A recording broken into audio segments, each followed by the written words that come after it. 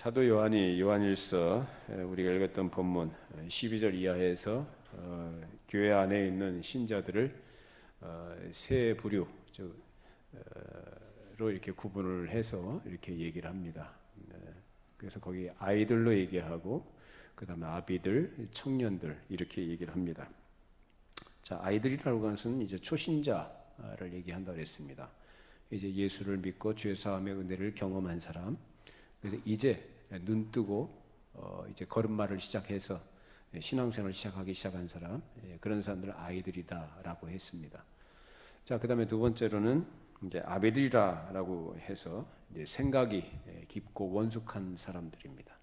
그리고 세 번째는 또 청년들이라고 부를 수 있는 그 힘이 있고 강건한 신자들에게 각각 그들이 받은 바 은혜를 일깨워 주면서 격려하는 내용이었습니다. 누구나 처음 예수를 믿고 신앙생활을 하면 이제 교회 안에 들어와서 신앙생활을 하게 되는데, 거기서 담대하게 하나님을 아버지라 부르면서 아버지 되신 하나님의 사랑과 그리고 보호하심, 그리고 세밀하게 또 기도에도 응답해 주시고 인도해 가시는 그런 하나님의 돌보심을 경험하게 됩니다. 그래서 살아계신 하나님이구나, 하나님이 정말 내 기도를 들으시는구나, 이제 이러한 아주 그 단순하면서도 아주 쉬운 그런 의미에서 하나님을 경험하면서 이제 신앙생활을 이제 이어가게 됩니다. 자, 그런 가운데서 이제 하나님의 부르심을 받고 그 은혜 안에서 살아가게 되는 신자들은 그 길을 하나님께서 교회 가운데 인도하시기 때문에 결코 망하지 않은 줄로 믿으시기를 바랍니다. 그래서 하나님이 책임져 주신다는 것을 거기서 또 깨닫게 되는 거죠. 자, 그 다음에 이제 아비들은 태초부터 계시니를 아는 것, 그러니까 예수 그리스도를 아는 것이죠. 태초부터 계시니라고 해서 창조주 하나님을 이렇게 얘기하는 주석가들도 있습니다만은, 여기서 말하는 태초부터 계시니를 안다라고 할 때 태초부터 계시는 창조주 아버지를 말하는 게 아니라 그 아들 예수 그리스도를 말하는 것입니다. 그래서 그분이 태초부터 아버지와 함께 계시다가 이 세상에 나타나신 분으로 아는 것이죠. 이것이 바로 아이들이 그리스도를 아는 것을 넘어선 수준, 보다 더 깊이 있게 어떤 본질적인 성경에 계시된 하나님이신 그분, 그 하나님의 성부의 아들이신 예수 그리스도가 어떠한 분인가를 더 깊이 알게 되는 것을 말합니다. 그래서 처음 예수를 믿고 신앙생활을 시작한 이후에 은혜를 힘입어서 계속해서 그리스도를 알아가고 배우면서 그 지식이 풍부해지고 또 지혜와 지식이 가득해지면서 원숙하고 원만한 신자가 되는 것이 얼마나 당연한 것이고 마땅한가라는 것을 우리에게 보여주는 것이죠. 실제로 성경에 가르치는 핵심은 다른 게 아니라 예수 그리스도가 누구신가라는 것을 우리에게 가르쳐 줍니다. 그렇게 그리스도를 알아가고 은혜 안에서 살아가면서 계속 배워간다는 것은 교회가 가지고 있어야 될 상시적인 목표가 되어야 됩니다. 그러니까 예수 믿고 천국 갑니다라는 수준에서, 그러니까 아이들로 표현된 죄 사함 받고 이제 그 은혜를 경험한 수준에서 머무는 게 아니라 이제 점점점 성경에 계시된 그리스도가 누구냐라는 것을 더 깊이, 더 원만하게 그렇게 알아가야 된다는 것입니다. 실제로 성경은 예수님에 대해서, 그 핵심이 그거지 않습니까? 예수님에 대해서 가르치는 거예요. 예수님이 누구시냐, 예수님이 어떠한 분이시냐, 그 예수 그리스도의 어떤 하나님 되심, 그분이 우리를 위해서 하시는 일, 또 예수 그리스도의 온유하심과 겸손하심, 그 예수께서 만왕의 왕이 되신 분으로서 지금도 하나님 보좌 우편에 앉아 계시며 모든 것을 그의 뜻대로 통치하고 다스리시는 주권자 되신다 라는 것을 우리에게 가르칩니다. 그래서 왕이 되시고 주권자 되신 그분께 교회가 어떠해야 되느냐는 거예요. 순종해야 된다는 거예요. 근데 교회뿐만 아니라 실제적으로 예수님께서는 교회만을 다스리는 게 아니라 온 우주 만물, 인류의 역사, 모든 상황들을 간섭하시는 왕이심을 이 세상도 알아야 한다는 것입니다. 그래서 그 개인이든지 어떤 교회든지 간에, 또는 뭐 국회의원이든지 또는 뭐 대통령이 되든지 간에 누구든지 이 그리스도의 뜻을 제대로 알고 이해를 하고 그 뜻을 따라서 가게 되면, 그리고 그 뜻을 따라서 국정을 운영하면 그가 하는 모든 일들이 형통할 것입니다. 믿으시기 바랍니다. 그렇지 않다라면, 그래서 곧 그 뜻을 바르게 모르고 그 뜻을 따라 행하지 않으면 그 길이 형통할까? 형통하지 않을까요? 형통하지 않다는 것입니다. 지금 우리나라 형편이 그렇죠? 그 예수를 믿는 사람이든 안 믿는 사람이든 간에 관계없이 예수 그리스도는 만왕의 왕이신 줄로 믿습니다. 그렇기 때문에 보편적으로 이 사회에 계시되어진 바 그 뜻을 따라서 바른 길을 걸어가게 되면, 말 그대로 성경이 우리에게 가르쳐주는 그 정의와 공의를 행하면서 간다면 형통할 줄로 믿습니다. 근데 그렇지 않으면 형통치 못하고 어둠 속에 있게 된다는 것입니다. 또한 믿는 성도들도 마찬가지예요. 복음 진리를 믿어서 구원을 얻었으면은 계속해서 은혜 안에서 자라가고 진리를 배워서 어둠과 그리고 무지함 그리고 미신을 벗어버리고 빛 가운데서 행해야 되는 것입니다. 그래서 어린아이 상태에서 항상 수동적으로 주는 것이나 받아먹고 제자리 걸음만 할 것이 아니라 이제는 하나님을 사랑할 줄 알고, 그리고 형제도 사랑하고, 그리고 교회에서 봉사하고 이웃들을 섬기는 이런 일들 가운데서 그리스도의 몸인 교회를 세워나가고 이 세상에 빛의 역할을 감당을 해 나가야 하는 것입니다. 그래서 교회가 은혜와 진리로 장성해 나가는 것을 에베소서에는 그리스도를 아는 지혜와 지식에서 자라가는 것으로 이렇게 말합니다. 아들을 믿는 것과 아는 것. 그래서 하나님의 아들을 믿는 것과 아는 것에서 충분히 하나가 되면 교회가 거기서 스스로 서게 되는 것이고, 세상의 교훈과 어떤 풍조나 이러한 유혹들을 흔들리지 않고 오히려 세상의 빛으로서의 역할을 제대로 감당하게 될 것입니다. 이를 위해서 교회가 중요하게 해야 될 것은 하나님의 말씀을 전체적으로 바르게 전하고 배워가야 하는 것입니다. 하나님께서 계시해 주셔서 알 수 있는 것을 교회가 다 알아야 하는 것이고, 그래야 교회가 편식하지 않고 영양실조에 걸리지 않고 튼튼해지고 시대의 사명을 감당하게 되는 것입니다. 그래서 구약과 신약에 계시된 예수 그리스도를 전체적으로 배우고 알고, 그분께서 지금도 하늘과 땅의 권세를 가지시고 만왕의 왕으로서 활동하시고 교회의 주인으로서 다스리신 일에 교회가 순종을 해야 하는 것입니다. 이것이 바로 그리스도를 아는 일에서, 그리스도를 믿는 일에서 자라가는 것이고 교회가 성숙해 간다는 것입니다.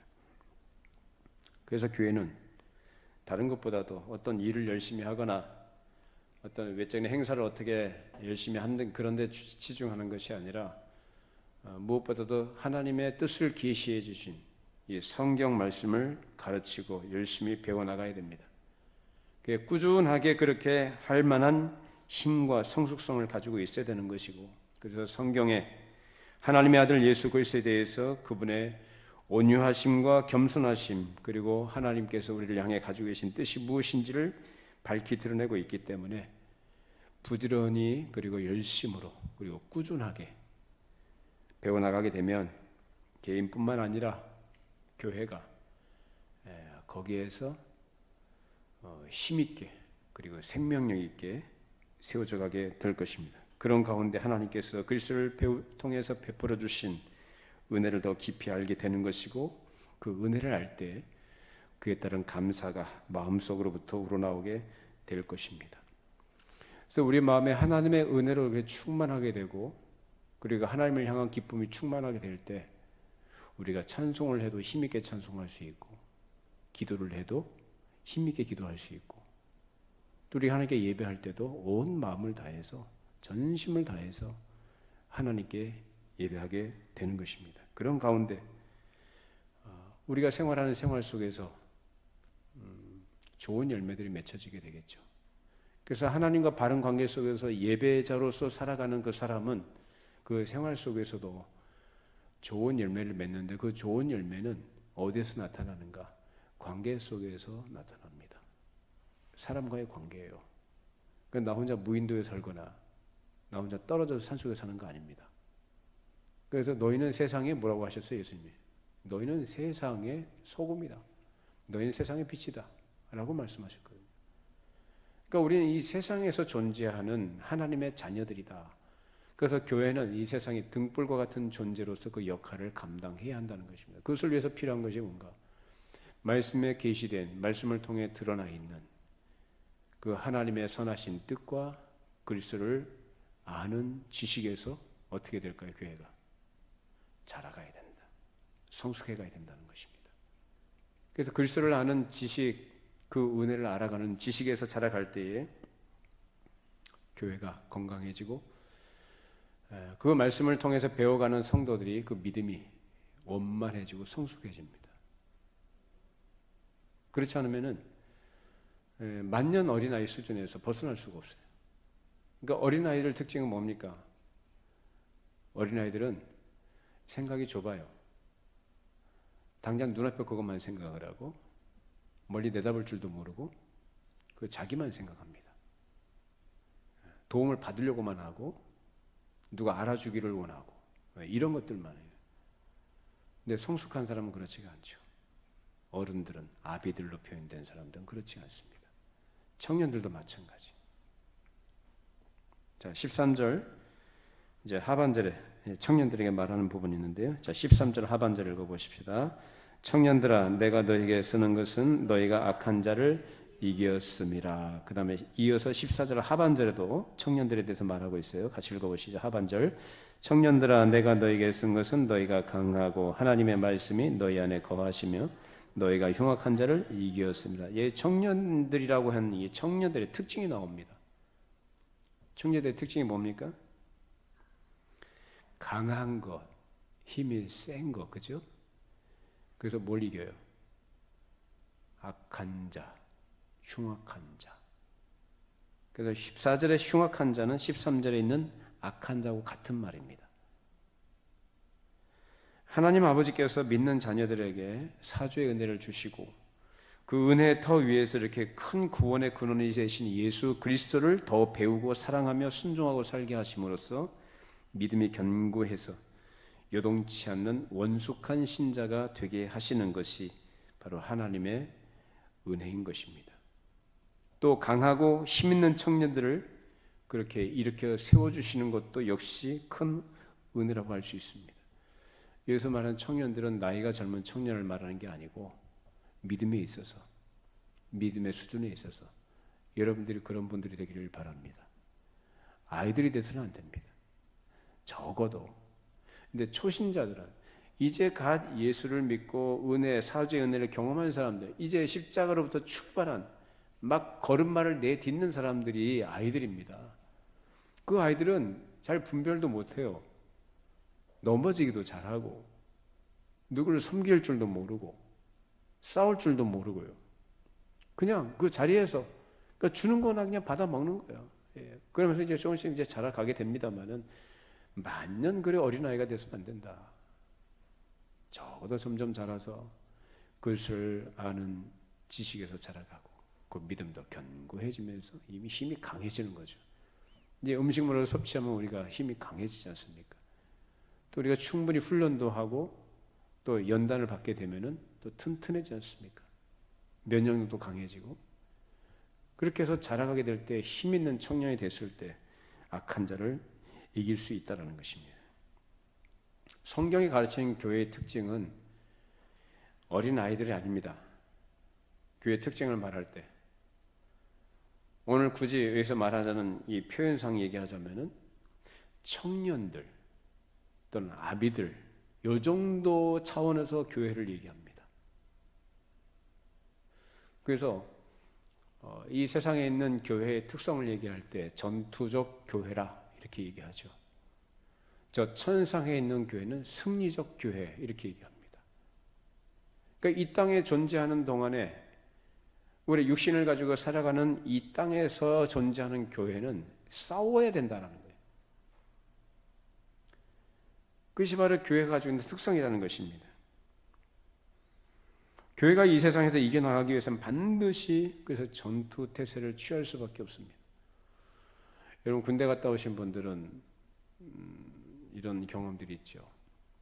어떤 비상벨이 울리거나 어떤 상황 전파가 되면 전투 배치라는 소리를 치면서 자기 평소에 훈련하는 그 자리로 뛰어갑니다. 무기 들고. 전투 배치. 이제 싸우자 이거예요. 이런 준비 자세, 이런 임전무퇴의 정신, 이런 자세가 필요하다는 것입니다.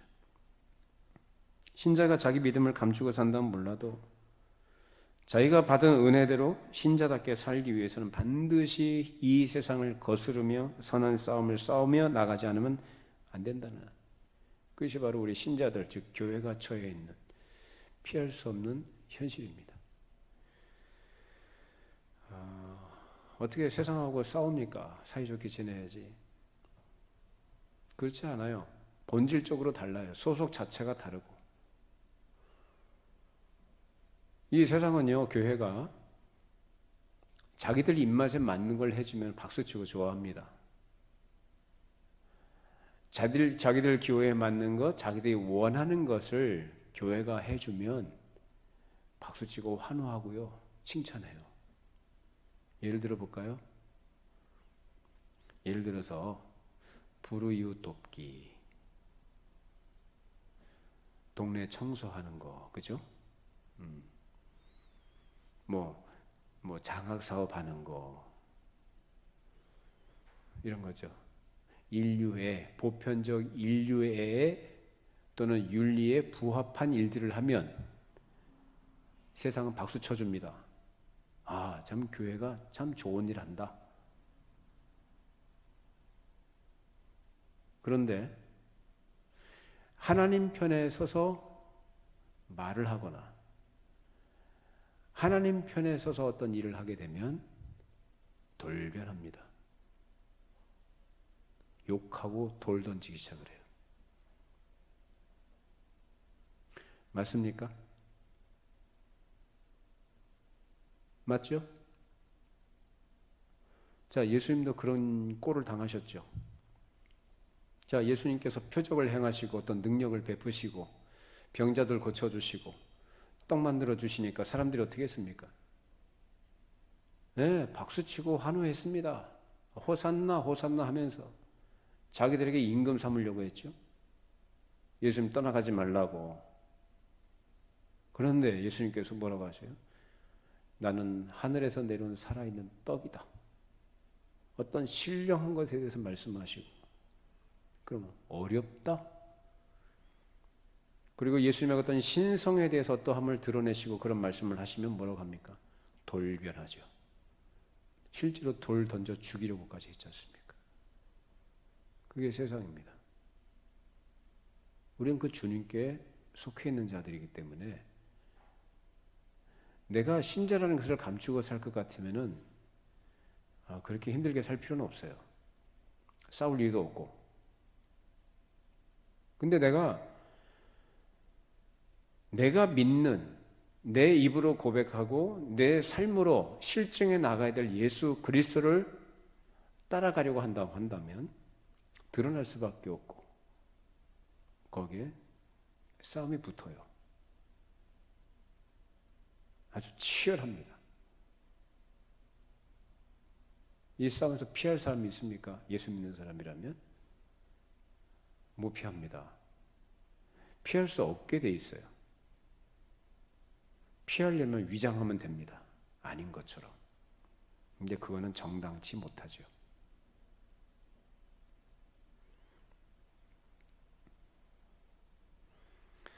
유대인들이 영생을 얻으려고 성경을 상고하면서도 정작 예수님께서 그들 앞에 나타나셨을 때는 그 예수님을 믿지도 않고 따르지도 않고 오히려 배척했습니다. 그래서 예수님께서 직접 하신 말씀이 있습니다. 요한복음 5장 찾아보십시다. 요한복음 5장 39절 44절.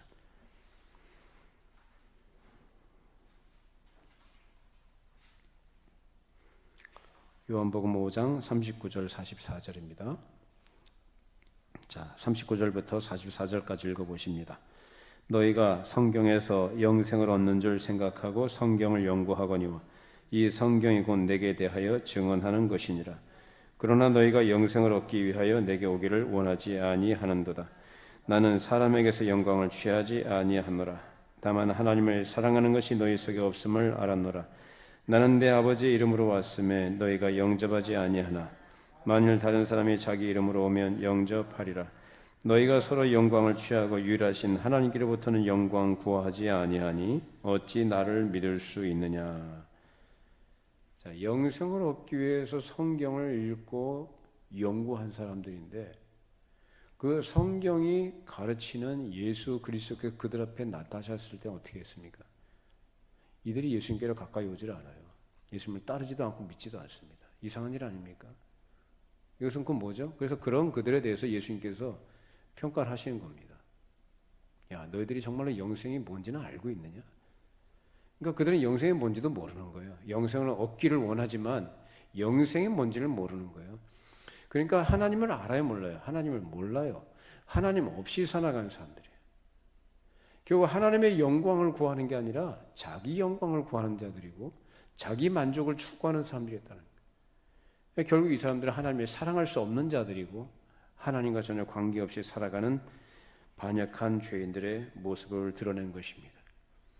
그래서 인류의 역사라는 것이 유대교라는 것도 뭐 하나님을 섬기는 종교라고 하지만은 정작 그 유대 종교에서 성경이 말하는 하나님에 대한 바른 지식과 이해를 가지고 참 믿음을 가지고 하나님을 섬겼느냐라는 거예요. 아니에요. 자기들 종교예요. 인간의 종교예요. 그것이 참 종교, 참 신앙이었다고 한다면 그 믿음의 대상이 되시는 그 예수님께서 이 땅에 나타나셨을 때 자기들이 오셔서 당신 자신을 드러내시고 증거하셨으면은 그 정도 했으면은 믿을 수 있어야죠. 인정하고 과연 그러한가 해서 다 따져보고 성경에 계시된 바 그대로 예수님께서 말씀하시고 행동하신다고 한다면 아, 이분이야말로 성경에 계시된 예수님 하나님의 아들이시구나 라고 믿어야죠. 인정해야죠. 근데 충분히 증거를 보여주셨음에도 불구하고 그들 믿어요, 안 믿어요? 안 믿죠. 그게 바로 누구냐? 악한 자에 속한 사람들의 상태입니다. 마귀가 사람들을 그렇게 속이는 겁니다. 그러니까 마귀에게 속아서 살아온 것이 바로 인류의 역사입니다. 인류의 역사의 특징이 뭡니까? 하나님을 인정합니까? 안 합니까? 안 하죠? 인정 안 합니다. 하나님이 인정 안 하는 인간들, 악한 자에게 속아서 살아가는 사람의 특징이 뭐냐? 자기 영광과 만족을 구하면서 살아갑니다. 자기 인생을 자기 스스로가 책임지려고 해요. 하나님께 맡겨드리는 게 아니라 하나님을 의존하는 게 아니라 자기 힘 믿어요. 자기 주먹 믿고 자기 지혜를 믿고 자기는 괜찮다고 생각을 해요. 그것이 바로 악한 자에게 속한, 그래서 악한 자에게 속한 이 세상의 현실이다. 하나님을 반역한 무리들이 살아가고 있는 그 무리들이 가득 찬 이 세상의 현실이라는 거예요. 근데 그 세상 속에 누가 지금 살아갑니까? 예수 믿는 신자들이 살아가죠. 지금 교회는 승리적 교회가 아닙니다. 이 땅에서. 그래서 그러한 하나님을 반역한 죄인들이 우글거리는 이 세상 속에서 교회가 존재하고 그 교회는 바로 하나님께서 그 우글거리는 죄인들 가운데서 택하신 자들을 불러내셔서 그리스도의 피로 깨끗하게 씻어주시고 그 안에 생명을 주셔서 하나님의 자녀가 되게 하신 사람들의 모임이에요, 교회가. 그러니까 그 전까지는 세상이 가만히 있었어요. 사이좋게 지내고 아무 문제의식이 없어요. 그런데 이제 그런 가운데 있던 일부가 돌아서잖아요. 누구한테로? 하나님께로 돌아섰죠. 그러니까 그네들 입장에서는, 걔네들 입장에서는 우리가 배신자인 거예요. 그러니까 좋아하겠어요? 당연히 안 좋아하죠. 이제 우리 소속이 바뀌었다고요. 그래서 미워하는 겁니다. 그런 세상에 대해서 사도 바울이 뭐라고 얘기합니까? 자, 우리 빌립보서 3장 한번 보십시다. 빌립보서 3장 18절 19절 말씀.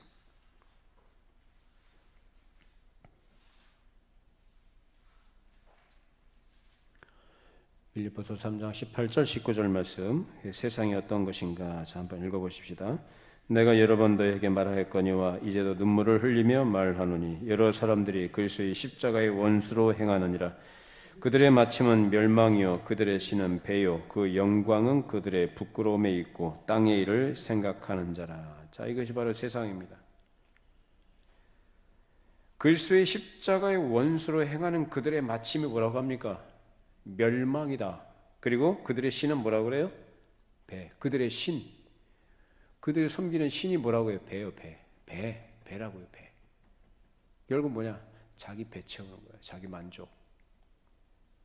그들은 영광이 뭐냐? 부끄러움에 있고 땅의 일을 생각하는 것이다. 하나님의 영광이 아니라 썩어진 이 땅에 있는 것들. 그래서 오늘 본문에 요한일서 2장에 뭐라고 합니까? 15절에서 보면은 이 세상이나 세상에 있는 것들을 사랑하지 말라. 누구든지 세상을 사랑하면 아버지의 사랑이 그 안에 있지 아니. 그래서 16절에 뭐라고 하죠?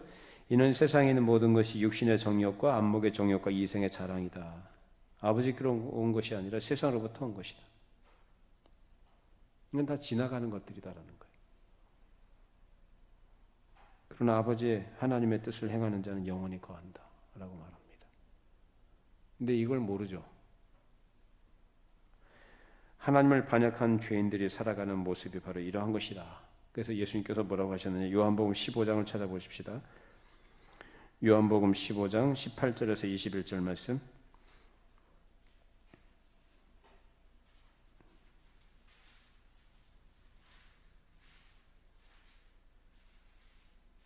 자, 15장 18절 21절입니다. 같이 함께 읽어보시죠. 세상이 너희를 미워하면 너희보다 먼저 나를 미워한 줄을 알라. 너희가 세상에 속하였으면 세상이 자기의 것을 사랑할 것이나 너희는 세상에 속한 자가 아니요 도리어 내가 너희를 세상에서 택하였기 때문에 세상이 너희를 미워하느니라. 내가 너희에게 종이 주인보다 더 크지 못하다 한 말을 기억하라. 사람들이 나를 박해하였은즉 너희도 박해할 것이요 내 말을 지켰은즉 너희 말도 지킬 것이라. 그러나 사람들이 내 이름으로 말미암아 이 모든 일을 너희에게 하리니 이는 나를 보내신 이를 알지 못함이라. 자, 세상이 우리를 미워한다고 그래요. 왜 미워한다고 합니까? 예수님을 미워하고 그 미워하는 사람에게 속해 있기 때문에 우리 또 미워하는 거예요. 박해하는 거예요. 그래서 세상에 우리가 살아가는 신자들의 현실은 어쩌면 이렇게 피할 수 없는 싸움의 현실 속에 있다는 것입니다. 그래서 세상이 무서워서 예수 믿는 걸 숨기고 숨기로 산다면, 숨어서 살기로 한다면 몰라도 그리스도의 십자가를 자랑하고 그리고 하나님의 사랑을 나타내고 떳떳한 하나님의 백성으로 살려고 한다면 반드시 전투 태세를 갖추어야 됩니다. 이것은 평소에 해두어야 됩니다.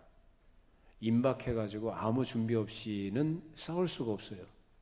그래서 어린아이들도 못 싸우는 것이고, 어린아이 상태에서 점점점 은혜와 그 지식에서 자라가면서 견고해지고 믿음이 충분한 상태에 이르렀을 때, 그런 사람들이 이런 세상에 대해서 분별력을 가지고 보는 안목을 가지고 대처할 준비를 할 수 있는 겁니다.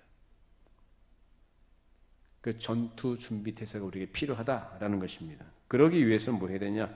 일단 힘이 있어야 된다. 강해야 된다는 것입니다. 힘이 있어야 되고 믿음에 굳게 서서 요동하지 않아야 된다. 그렇지 않게 되면은 이 세상의 공격을 당해낼 재간이 없습니다. 그러니까 이런 전투에 대해서 성경은 우리에게 필요한 것이 무엇인가를 가르쳐 주는데, 자, 에베소서로 넘겨 보십시다. 에베소서 6장 10절에서 13절 말씀. 에베소서 6장 10절에서 13절 말씀. 자, 우리 영적 전투에 대해서, 영적 싸움에 대해서 가르치는 교훈입니다. 6장 10절로 13절 먼저 읽어보십시다. 끝으로 너희가 주 안에서와 그 힘의 능력으로 강건하여지고 마귀의 관계를 등이 대적하기 위하여 하나님의 전신갑주를 입으라. 우리의 씨름은 혈과 육을 상대하는 것이 아니요 통치자들과 권세들과 이 어둠의 세상 주관자들과 하늘에 있는 악의 영들을 상대함이라. 그러므로 하나님의 전신갑주를 취하라. 이는 악한 날에 너희가 등이 대적하고 모든 일을 행한 후에 서기 위함이라. 자, 우리가 싸워서 이길 수 있는 승리의 길을 보여주는데, 첫 번째로 주님께서 주시는 힘으로 뭐라고 합니까? 강건해지고라고 합니다. 그 힘의 능력으로 강건해지고. 그 힘이 강해지려면 어떻게 됩니까? 어떻게 우리 힘이 강해지죠? 평소에 먹을 걸 제대로 먹어야 되죠. 평소에 먹을 걸 제대로 못 먹으면 힘을 못 내잖아요.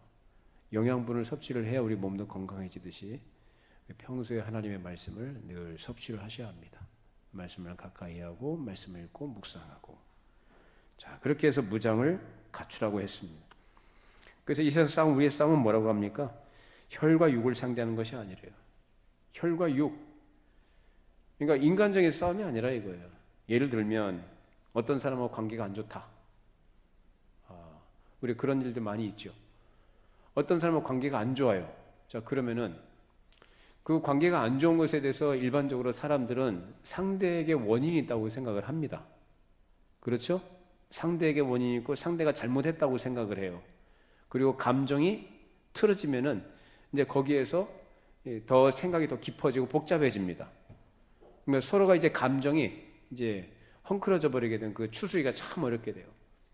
자, 이것이 바로 인간적인 생각으로 그런 싸움들과 상황을, 그러한 형편들을 바라보는 또 판단하는 태도입니다. 혈과 육의 싸움으로 보는 거죠.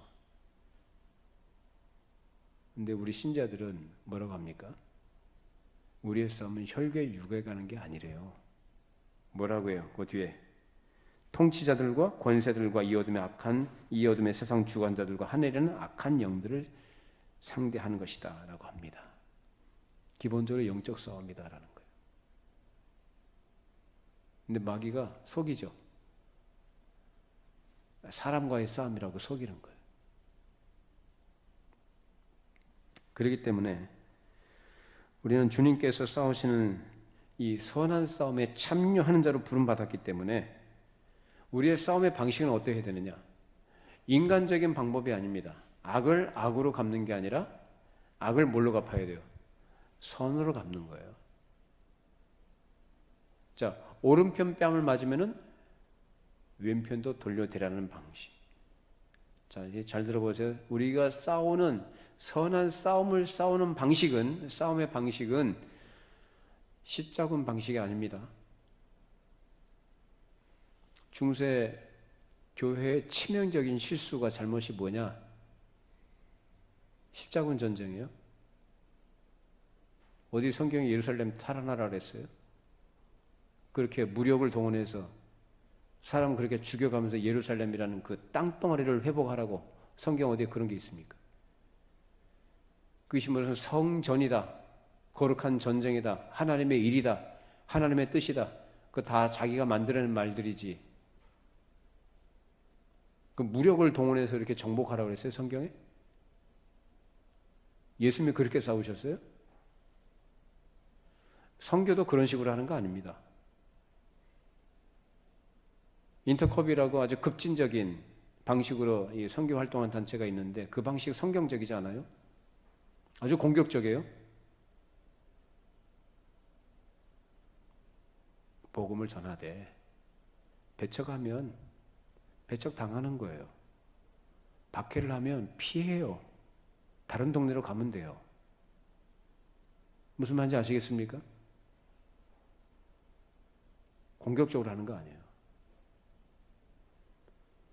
남의 종교의 법당에 가가지고 불당이 있는 거 거기 가가지고 뭐 땅 밟게 한다고 거기 가가지고 땅 밟게 하고 기도하고 찬송 부르고 무슨 짓입니까 그게?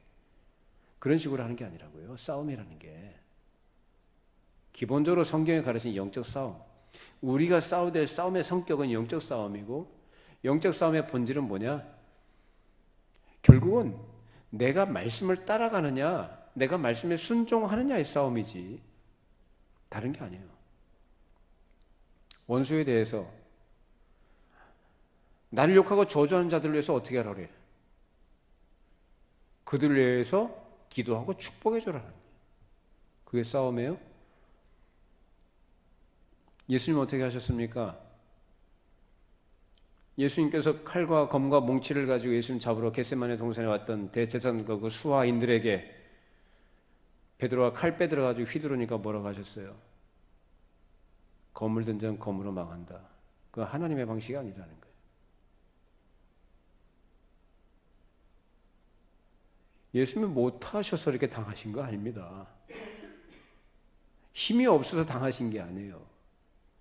그 방식으로서 하나님께서 하실 일을 위해서 아버지의 뜻에 순종하시기 위하여 그렇게 처신하신 것이. 그리고 어떻게 하셨어요? 아주 힘없이 십자가에 붙잡혀 매달려 죽으셨습니다. 그래서 끝났습니까? 결국